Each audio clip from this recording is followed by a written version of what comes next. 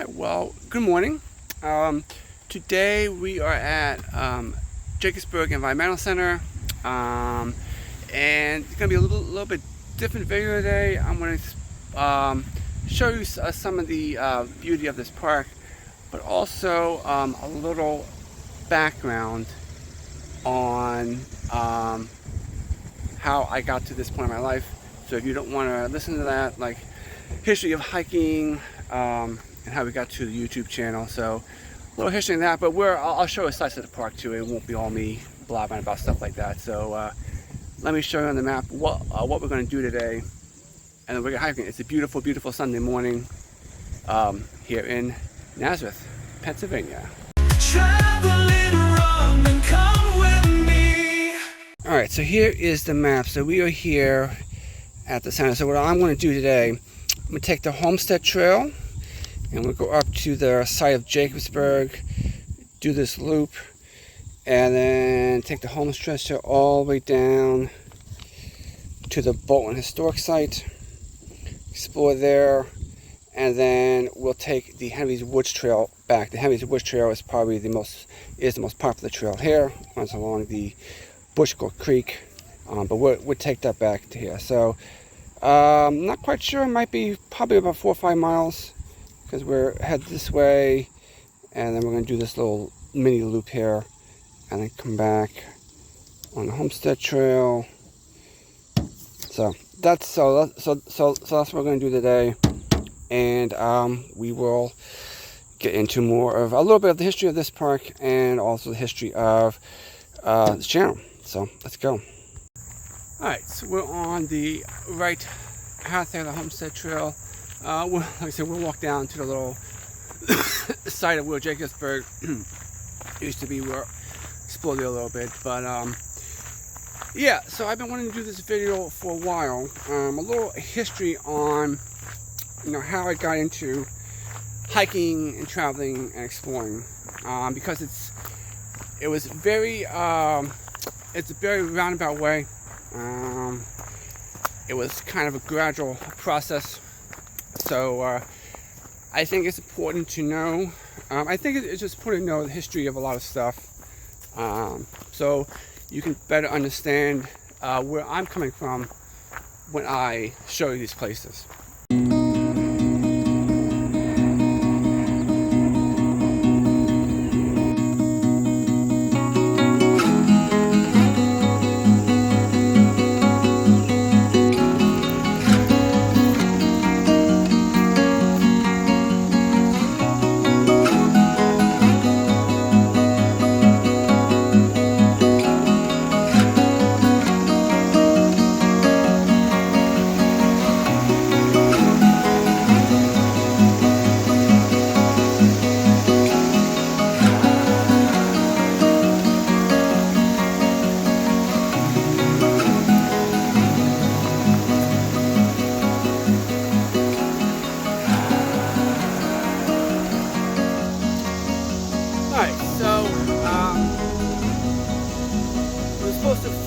The stream here, but with all the rain, it's a little bit high. So we'll sit here and talk about stage 1, which is the beginning. So growing up, I grew up in the suburbs, not on a farm, but not in the city either. We had 2 acres, so we got a lot of outdoorsy stuff. Running around, stuff like that. But in terms of hiking, wasn't on my radar. During school, I had a lot of stuff going on. I was focused on what most young boys were focused on. That's girls and sports. Growing up, so those are my 2 main priorities. And so hiking just wasn't on my radar. And that continued into college. Of course, I went where I got even more into sports, and then I was also involved with the theater, so I did that. I would say up until, all through growing up with high school, college, I didn't really hike much, if any at all. And said, my part as wrestler, I was worried about getting through school. I was working at a local amusement park here, doing park, and so I had a wholly different lifestyle than hiking. It wasn't on my radar. So I mentioned that I'm at Jacobsburg Environmental Park, which is in the state park system. This is like 20 minutes from where I live, from where I grew up, and I never knew about this park until a few years ago. And like I said, my childhood was focused on other things, hiking. Now, we did travel a lot as kids. My dad would take us, trips around the country. We would do caves and different theme parks, baseball games. So I did a lot of family travels as a kid. So that's where I kind of got my the seeds were planted for what was to come later. But definitely no hiking, and to this day, I'm the only one in my family that really hikes regularly or at all. So that takes us to outside. That takes us to after college, and then I decided that once college graduated, and then I decided that I wanted to do the next phase of my life. So that's what we would pick up in the next video. Girls, sports, just getting through school. That's what I was focused on growing up as a kid.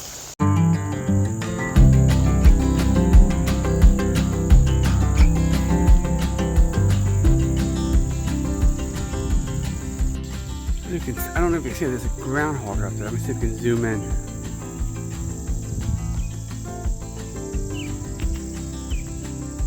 Yeah, there he is.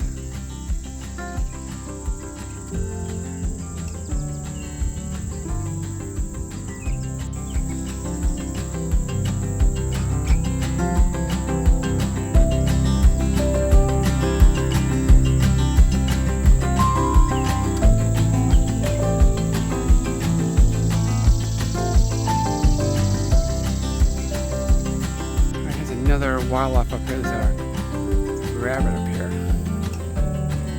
Let's see how close I can get with him. On and off.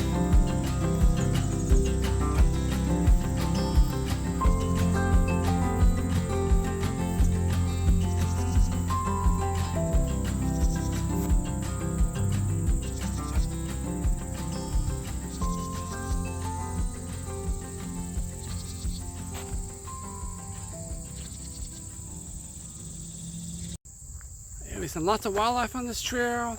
Groundhog, rabbit, butterfly, bees. Very beautiful. Very beautiful trail. Lots of flowers. It's a good trail to get away from people because everyone's down at the Henry Fork Trail, just because it's a nice day out, so they won't be in the water. But we'll get down there.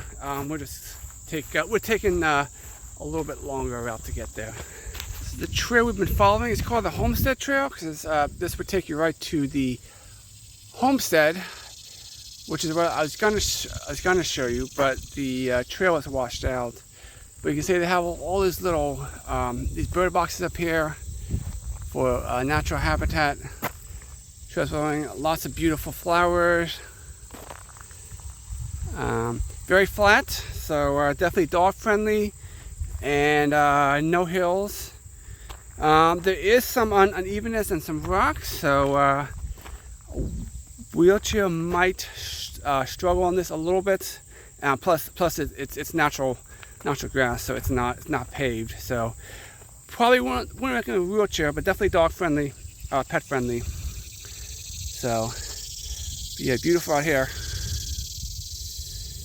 All right, we're almost to the next location, and then I will tell you about what happened after I graduated. The trail opened up to this nice little meadow here with a decent overlook.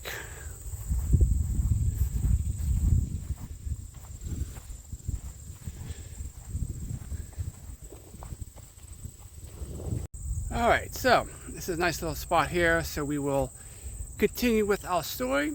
So just graduated college, wasn't really sure what I wanted to do. I had been working, as I mentioned, I had been working summers at Dorney Park, which is a local music park up here, and I really enjoyed that, so I wanted to do that full time. So then I moved down to, so I left the Lehigh Valley and moved down to Florida, and I lived in Orlando for a while, working at Universal and Disney.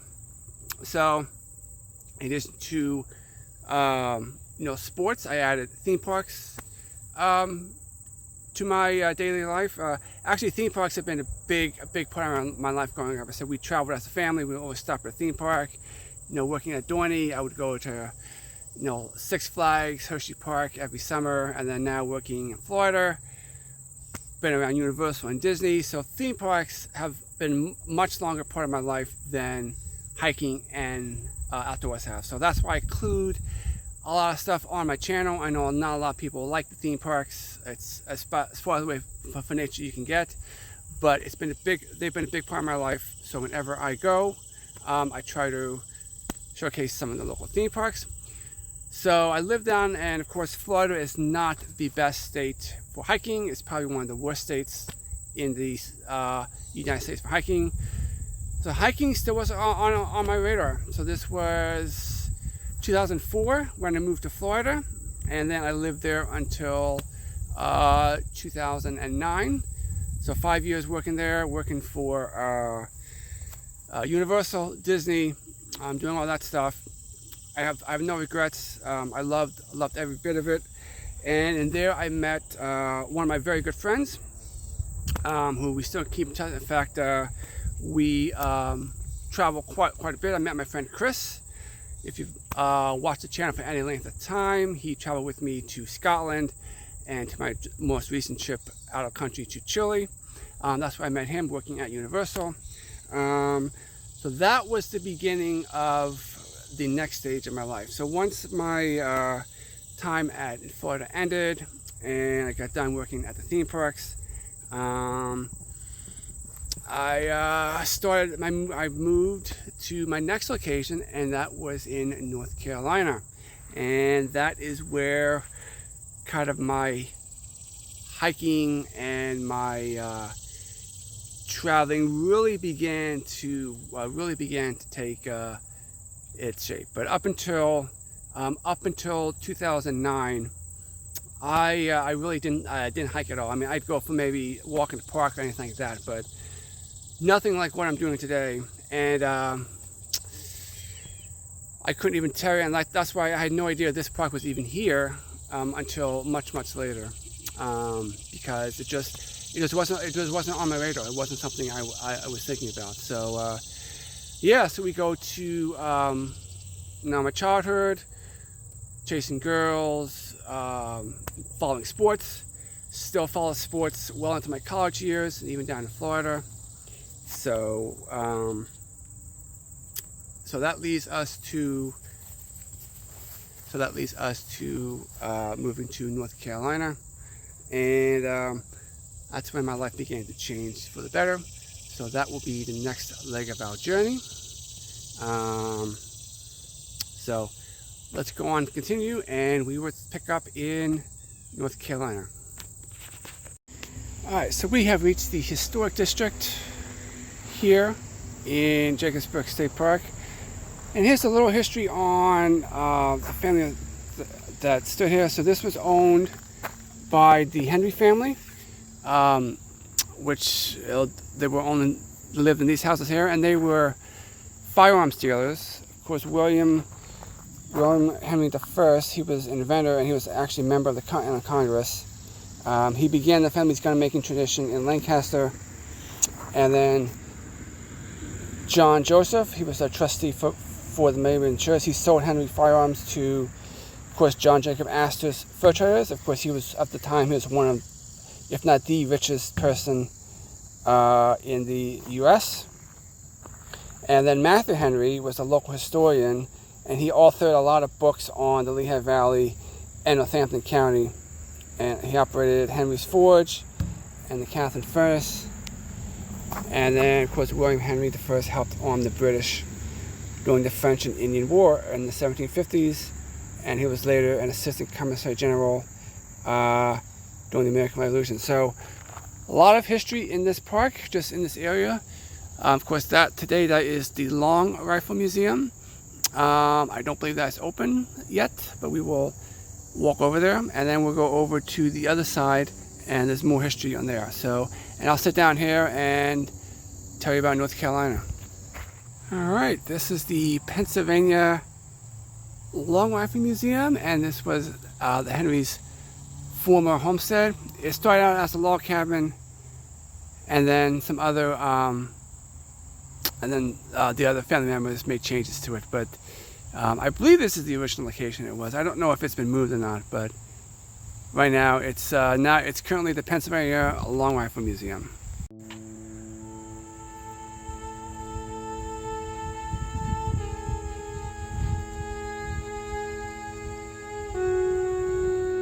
Alright, so this is the home of John Joseph Henry. He built this in 1834, and it's an example of Federal style architecture. And his inspiration came from his days of living and running the family business in Philadelphia. So this is owned by John Joseph Henry, and it is placed on the National Register of Historic Places. Alright, so we just moved to North Carolina. So I had started towards my end of my time in Florida to start traveling just a little bit. Every, I don't know, like once every 2 years I'd go on a trip. One year we went to Great Smoky Mountains National Park, just because it was fairly close, within a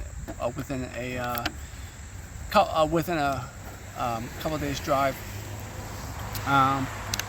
So that is when I actually hiked my first trail. Up until that point, I was with the 99% of people that visit national parks who stay in the car.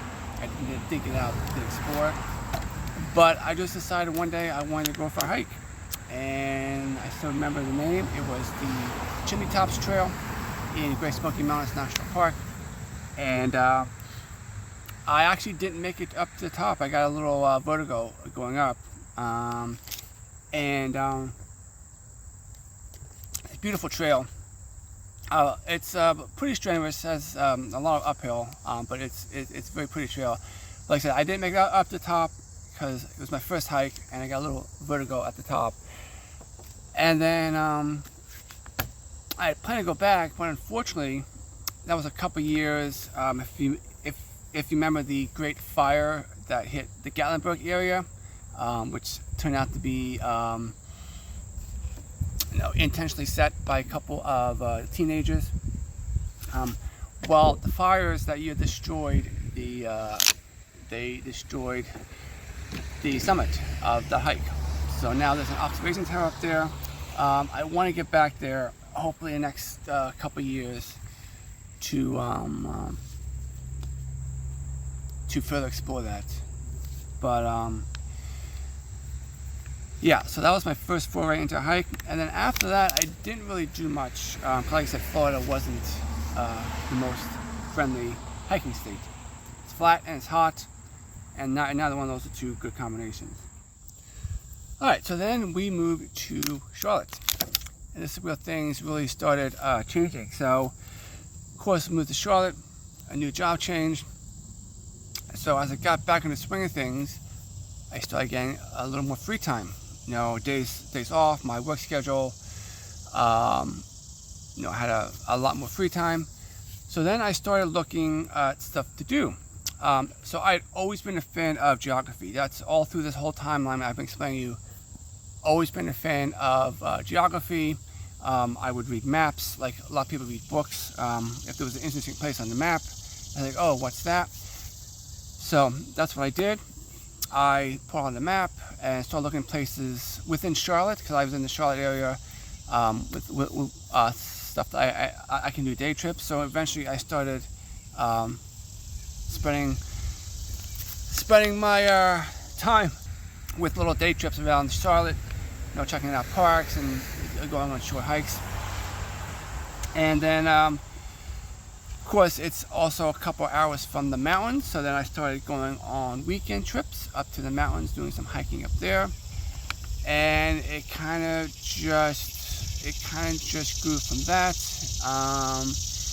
And then in 2015, I think it was 2015, I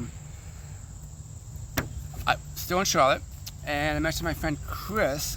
He had been traveling for well before I met him, but he of course we kept in touch from Universal days, and then he asked me if I wanted to go on a trip to Texas with him. And it wasn't really it was going to be a trip in the fall, and it really hadn't budgeted for another trip. So I told him no, and then he came back with, well, he was going to go anyway, and the hotel rooms and the car were already booked.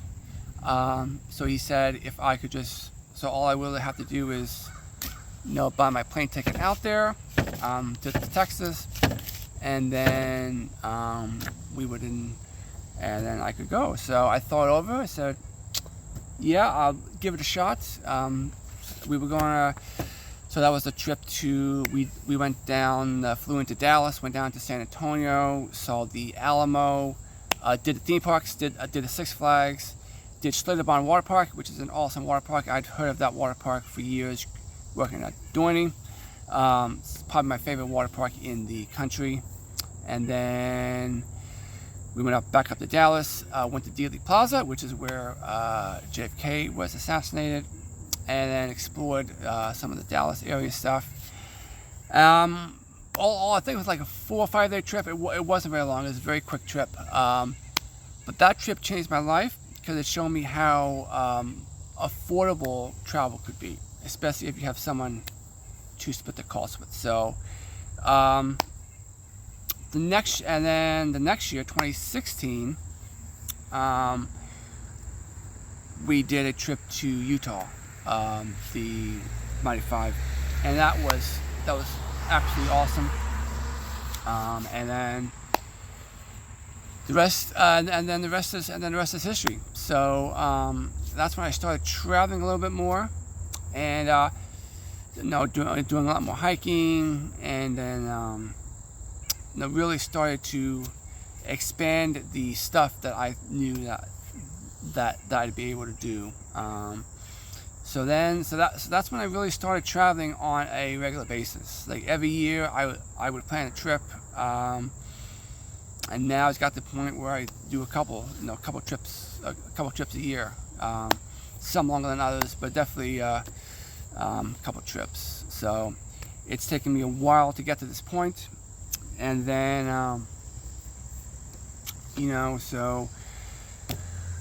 still nothing up in Pennsylvania because I'm still down in Charlotte. But in terms of that region and in terms of the national level, I was definitely exploring more of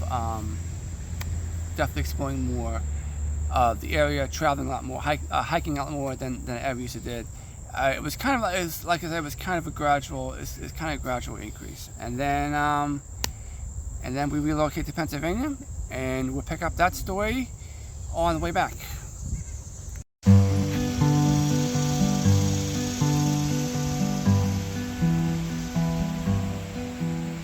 Alright, so now we're crossing the bridge back onto the Henry Fork Trail, which is the most popular trail here in the park because it runs along the Bushwick Creek, and on a warm day like today, it will provide you access to the water. So we're going to go back that way to the visitor center where I'm parked, and I'll tell you about the last part of the story on where we are today at Jacobsburg Environmental Park. This is popular turn up just because it's near the water, but you have these beautiful tall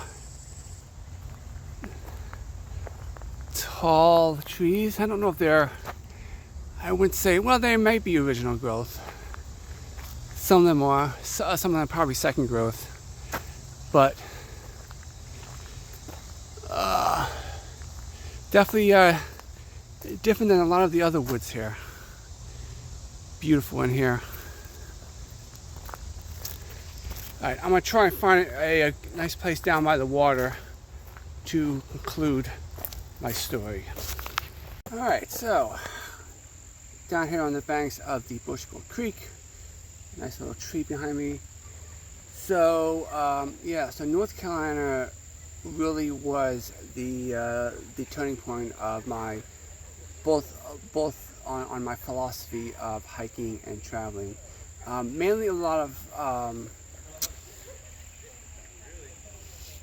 traveling, and then I moved back to Pennsylvania in 2018, and then I started exploring things here in Pennsylvania, because as you just heard, I never really did anything of that as a kid, like in terms of state parks or even some historical sites here in the state. I never done that before. So I was started to actually schedule trips where I could knock off some historical stuff here in the state and do some hiking trails a little bit farther away. So and then a few years ago, another friend of mine who are also networking at Universal suggested, hey, you know, you travel a lot and you hike a lot, you should start your own YouTube channel. And I was like, and I thought about it, I was like, no, not really. It wasn't what I really thought I had to do. And then I kind of thought about it for a while. I was like, well, maybe it might be, because I do travel more than casual. I was more than a casual traveler, and I started getting hiking a lot more. And I said, you know what? There's a lot of places that a lot of beauty, and then you know, just a lot of places that I wish people could see. I wish people would get off the couch and see. And then what really started was in fall of 2020. I took a trip out to Colorado and visited Rocky Mountain National Park, and it's so beautiful out there. That's when I really decided I wanted to start my channel, so that people could experience this beauty, because I do realize I'm very fortunate to have all the experiences I've been. I mentioned my friend Chris. We ended up going to China for my 40th birthday. That was an experience of a lifetime. Very, very unique. There's no place else in the world like it. I wish I had my channel back then, because we took some very interesting stuff happened. We hiked the Great Wall. We went to the DMZ on the border of North and South Korea. So those were both made great videos, but that was well before I had my channel.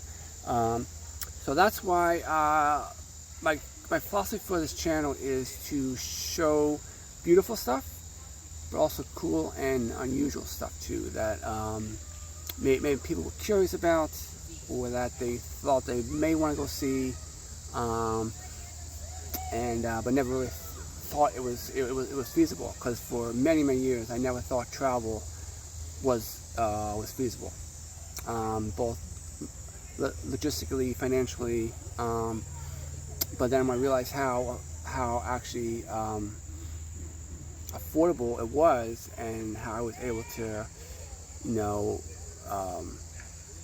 budget for it, I made it a lot more attainable. So that's where I'm now. Had you told me even 5 years ago that I'd be having a YouTube channel, doing collaborations with different creators, planning trips just so I can document them on YouTube, I would have told you were absolutely crazy. So that's why I'm here at Jacobsburg, because this is a great example. This is a beautiful park, absolutely gorgeous park, and it is not a park I even knew existed until a few years ago. Even though I grew up about 20 minutes away from the park. So I hope you enjoy this. I hope you enjoy this different video. I know it probably won't be for anybody, but kind of gives you a good background on why I film so much stuff between theme parks, roadside attractions, travels, and hikes. Because I have a great wealth of interests. So I want to show the interest and show that, you know, there's beauty everywhere. You just have to look for it. And I hope you all get out and explore and find what makes you happy. So thanks for coming along on this hike here at Jacobsburg Environmental. I'm gonna hike back to my car, and we'll be back to your regularly scheduled videos next week. But thanks for bearing with me on this one, and we'll see you out on the trail, hopefully.